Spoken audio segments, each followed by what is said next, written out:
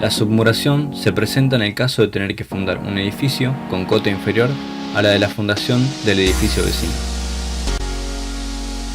La misión es poder hacer un sótano o subsuelo en el límite del muro medianero, donde nos encontraremos con las fundaciones correspondientes de una medianera, para luego poder continuar con las cargas que está llevando hacia más abajo, sin riesgos para las construcciones linderas.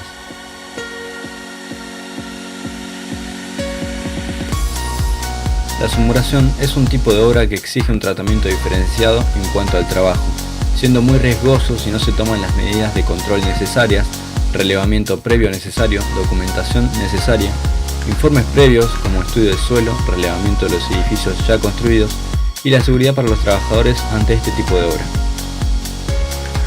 Tomar estas medidas son esenciales y obligatorias para la realización de la obra de submuración para quitar riesgos que afectan tanto a operarios como así también las construcciones linderas.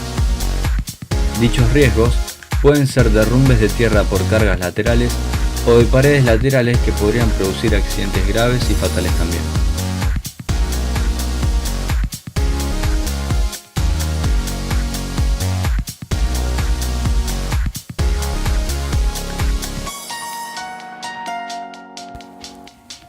Para trabajos de excavaciones y submuraciones deberíamos contar con documentación a completar por la empresa constructora y el servicio de higiene y seguridad en el trabajo para incorporar en el legajo técnico. Contenidos mínimos a incluir en la memoria descriptiva para excavaciones y submuraciones serán planos o esquemas de excavación donde se especificará cómo se realizarán las etapas de la misma, la secuencia para la extracción de la tierra y la ejecución de la rampa para el retiro de la misma.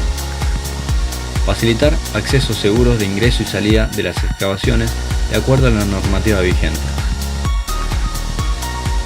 Estudio de suelos con las recomendaciones pertinentes para la ejecución de las excavaciones, taludes naturales, napas de agua y toda otra condición que pudiera presentarse, generando modificaciones en las condiciones de resistencia del suelo, rubricado por un profesional competente en la materia.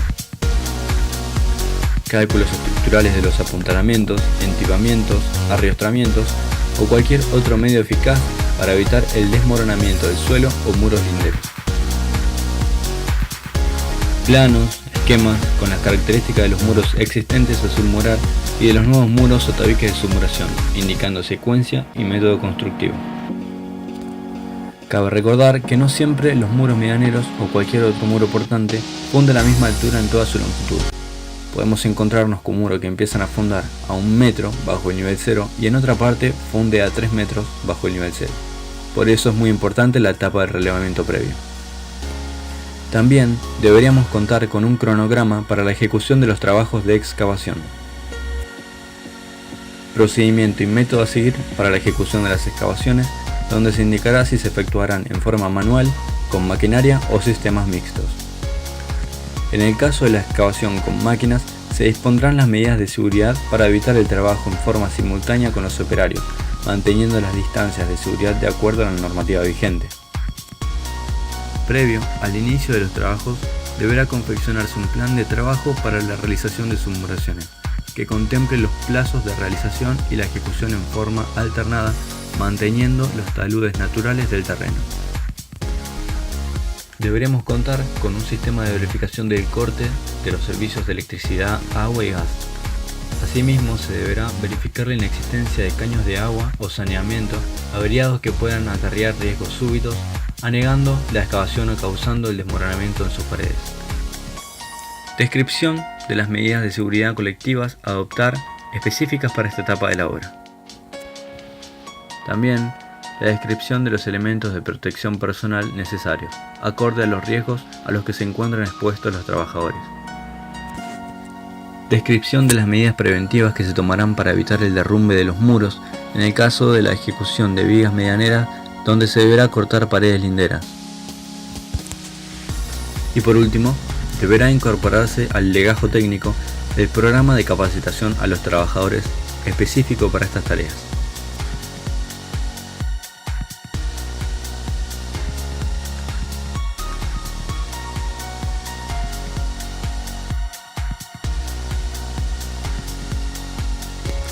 Primero, en esta etapa, Se planifica la excavación y se enumeran los futuros taludes y las futuras troneras.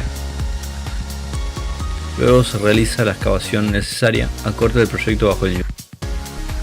En el proceso de excavación se evitarán partes cada 2 metros como máximo o 1,50 m como mínimo, dejando los taludes de tierra de igual separación y huecos llamados troneras. El sistema de enumeración se usa como guía. Se cambiarán los números pares dejando las troneras para luego hacer lo mismo con los impares. El talud justifica el seguimiento de cargas por parte del muro medianero portante, el cual está constantemente descargando sus exigencias a tierra. Los taludes cumplen, también, la función de puntales para toda la masa terrestre alrededor, siendo que esta masa tiene cargas laterales también. Una vez llegado al nivel deseado, entre los taludes que están cada 2 metros máximo, es decir troneras, se realiza la zanja corrida para la fundación del muro de submuración. Luego se coloca la armadura de hierro en la zanja corrida y en la pared de tierra o tronera que está entre los taludes para hacer la zapata corrida y los tabiques. Corroborar que antes de hormigonar la zapata se encuentre dentro de los límites admitidos para no invadir el terreno vecino y no cruzar el eje medianero por norma. Entonces, primero se llena la zapata corrida con mortero de cemento, en su proporción 1:3:3. Segundo, se hace el encofrado para el tabique de hormigón armado, que continuará las cargas del muro medianero existente. Se rellenará el encofrado con mortero de cemento, en su proporción 1:3:3, y si se quiere con la técnica de hormigón proyectado. Se corrobora entonces de que el tabique fraguó en su primera etapa, obteniendo la resistencia necesaria para soportar la estructura que debe sustentar. Es entonces cuando se retiran los taludes laterales, ya que los tabiques de hormigón armado cumplen la misma función.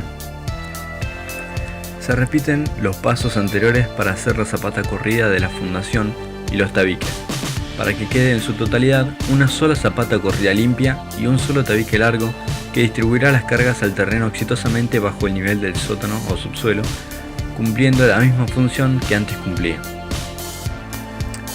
Entonces, se puede decir que el proceso de submuración quedará concluido. Para poder después colocar las aislaciones, necesitamos quitar los restos de la zapata corrida original que ya no sirven, porque el seguimiento de cargas ya no influye en estos restos de la zapata original, sino que los distribuye el tabique para accionar posteriormente la distribución de cargas por medio de la nueva zapata corrida excéntrica.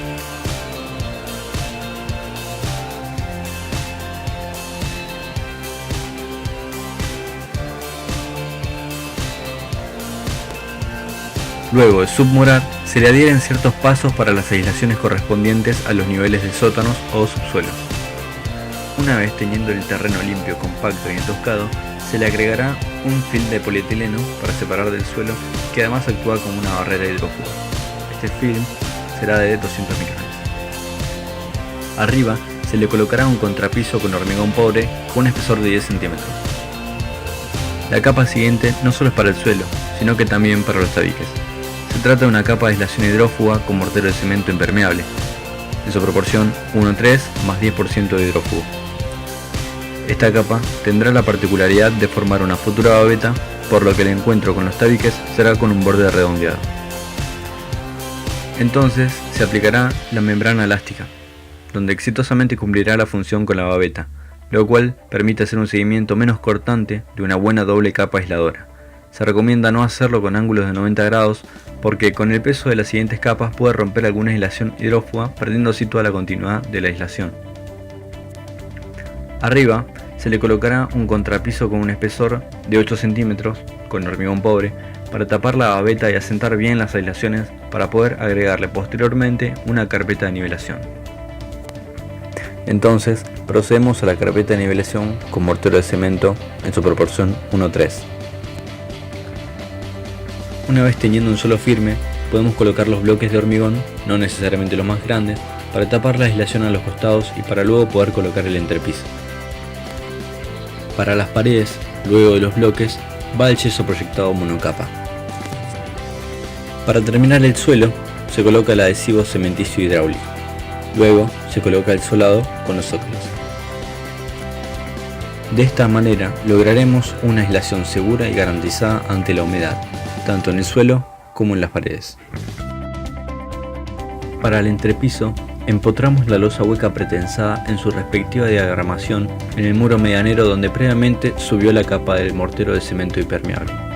La losa apoyará entre unos 10 y 15 centímetros, teniendo en cuenta que hay que colocar primero la junta de dilatación con un espesor de 3 centímetros, para dejar que la losa pueda moverse tranquilamente.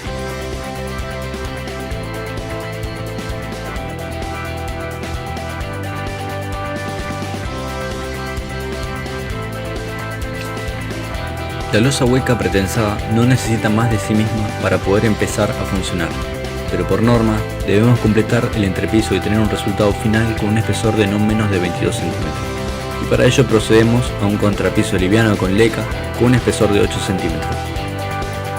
Tenemos entonces la losa hueca de 12 centímetros, el contrapiso liviano de 8, una nueva carpeta niveladora de 2,5 a 3 centímetros para poder luego colocar el solado cerámico con los zócalos.